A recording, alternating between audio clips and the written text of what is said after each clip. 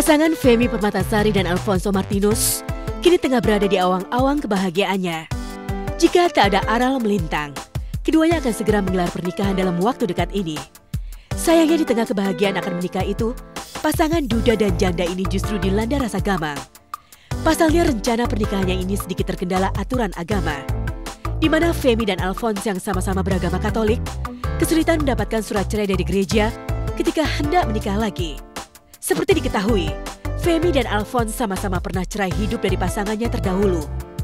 Maka keduanya pun harus mendapatkan surat cerai langsung dari Vatikan, Italia. Indonesia ini kan kemarin karena kita Katolik, ya? Satu, kita agamanya Nasrani, Katolik, ya kan. Untuk di catatan sipil Indonesia ini sedikit sulit kalau misalkan karena harus ada persetujuan dari gereja. Sedangkan kita mau di gereja Katolik lagi itu udah susah. Sudah tidak bisa udah gitu bisa. loh, karena cerai hidup ya, bukan cerai mati, gitu loh. Jadi ya udahlah kita ambil, kita udah konsultasi sana sini. Kita pertimbangannya kita keluar negeri karena kalau di luar negeri kan bisa gitu loh, tanpa pernikahan di gereja atau di salah satu agama itu tidak perlu. Namun bukanlah cinta namanya jika tidak menemukan jalannya. Meski sempat terkendala beberapa aturan agama, toh tetap tak menyurutkan niat Femmy dan Alfonso untuk menggelar pernikahan. Seolah tak mati angin, pasangan yang baru 5 bulan meraju cinta ini berencana akan menyatukan ikatan cinta mereka di luar negeri.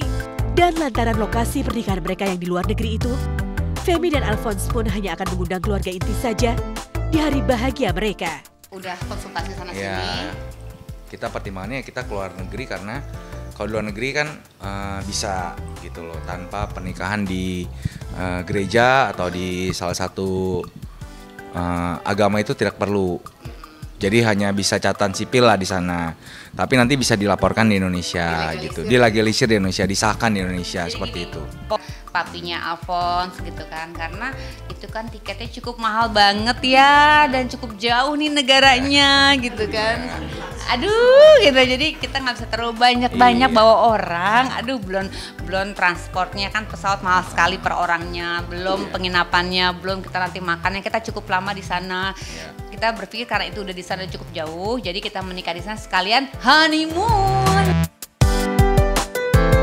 Uniknya meski sudah sama-sama siap untuk menikah, namun ada kesepakatan lain yang dibuat Femmy dan calon suami barunya itu.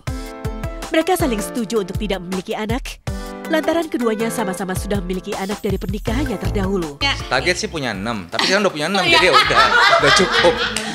Udah cukup. Target dia pengen punya 6, ya kan gitu. 6, nah kan? ternyata dia married sama saya, kan dia bilang, saya sih pengen punya anak 6 loh, love. Dia bilang saya love, saya bilang dia love.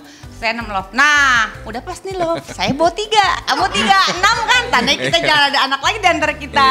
Enggak, gini, saya nikah kedua sama Alfonso tuh sama, kita pengen nikah yang terakhir ya.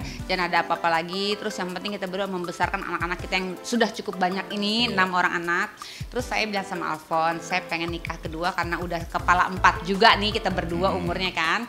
Jadi kita pengen tuh nikah yang yang udah tinggal happy-happynya aja deh, nggak ngurus baby lagi. Saya pengen jalan-jalan ke luar negeri terus, pengen happy-happy terus sama Alfonso gitu. Besarin yang udah ada aja, fokus yang udah ada, ya kan. Umur kita udah nggak tahu kan, sisa berapa nih. Iya, bener gak? Ya kita nikmatin aja lah apa yang ada gitu kan. Gitu, seperti itu sih planning. Ya, manisnya madu cinta memang tengah dirasakan Femmy Permatasari. Sejarah kelam gagal dalam rumah tangga seolah terhapus dengan kehadiran Alfonso yang diketahui sebagai seorang pengusaha genset itu. Lantas apa yang membuat Alfonso menjatuhkan hatinya pada diri Femmy Permatasari?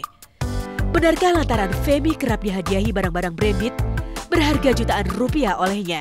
Entahlah, yang jelas Femmy pantas bahagia lantaran impiannya untuk kembali membangun Mahligai sebentar lagi akan terwujud. Sebenarnya mah kalau cinta mah bukan karena barang lah, karena memang saya sayang sama dia, orang yang baik, bertanggung jawab, sayang sama anak-anak. Jadi saya jatuh cinta sama dia, bukan karena barang-barang yang dia beliin lah. Kalau dia beliin saya private jet gimana? Tambah saya klepek-klepek dong gitu. Gak ada sih, ya kalau misalnya kayak sekarang memang kadang-kadang kalau ya bagus, udah gitu ya udahlah.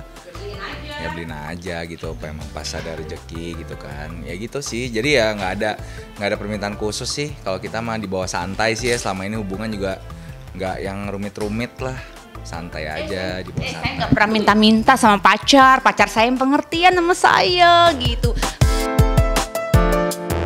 Kebahagiaan memiliki tambatan hati yang baru kini juga tengah dirasakan pedangdut Cita Citata. Setelah cukup lama menjomblo pasca jalinan cintanya karam dengan pria Iran bernama Ardavan, pelantun goyang dumang ini diketahui sudah kembali memiliki pacar baru yang diketahui sebagai seorang pengusaha. Lantas benarkah jika Cita Citata akan segera mengakhiri masa lajangnya dalam waktu dekat? Gak juga, sebenarnya mimpi aja pengen nikah.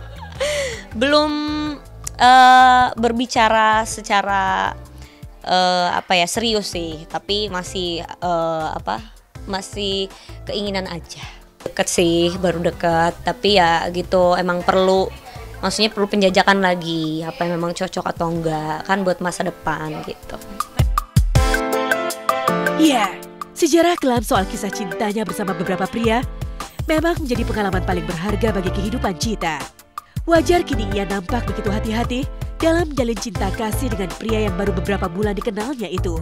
Lantas seperti apakah calon pendamping yang diidamkan Cita Citata untuk menjadi pendamping hidupnya kelak? Divorce Cita sih sudah hampir ada 8 tahun ya. Kasarnya udah lama banget gitu. Terus yang pasti pelajaran berharga ya Cita pasti dapatkan. Dan pasti perlu pemikiran matang juga karena kedepannya harus lebih baik lagi. Kalau aku sih yang pasti setia ya, karena kalau setahu pengalaman aku banyak banget sekarang laki-laki yang susah untuk setia gitu. Kedua adalah bertanggung jawab. Ketiga adalah mengerti profesi aku. Udah itu aja.